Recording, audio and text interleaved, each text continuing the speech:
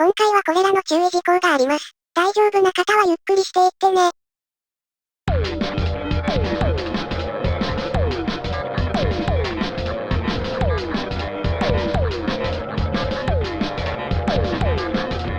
Want to sleep.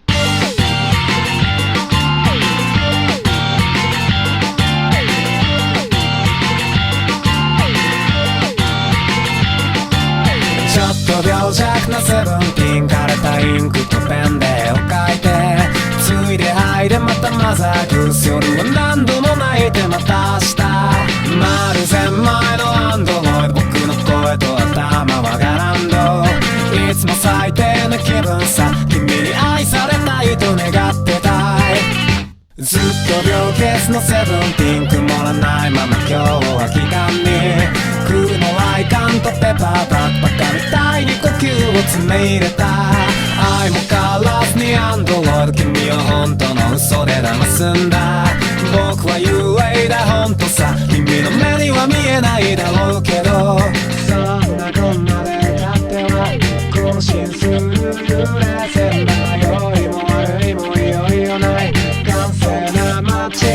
行く電光板の言葉になれ、それよりかすかな言葉探せ、沿線上の扉壊せ、見えない僕を信じてくれ、少年兵は声を紡げ、そこの下粒子の手口隠せ、遠い昔のまじないがあんまり急に笑うので、あんまり急に笑うので、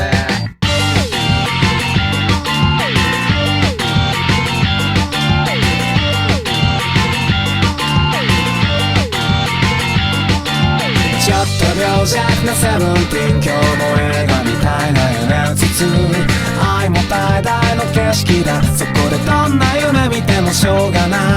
丸千枚のアンドロイド、物ヤンキー郊外メランコリー、知ってほしいんだ全部そう、君の手を引き連れて戻すのさ。そんなこんなで歌っては目を向く揺れ線だ、前も後ろもいよいよないなら全部忘れて、ワーワーワーワー太陽系の悪へ進め、飛び込め1、2の3でまたかれ、沿線上の扉壊せ、まんまの言葉信じてくれ、扁桃体の悪を使え、ほれ見ろそんなにせり上げて、遠い昔のまじないがたちまちのうちハッピーこれば、たちまちのうちハッピーこれば、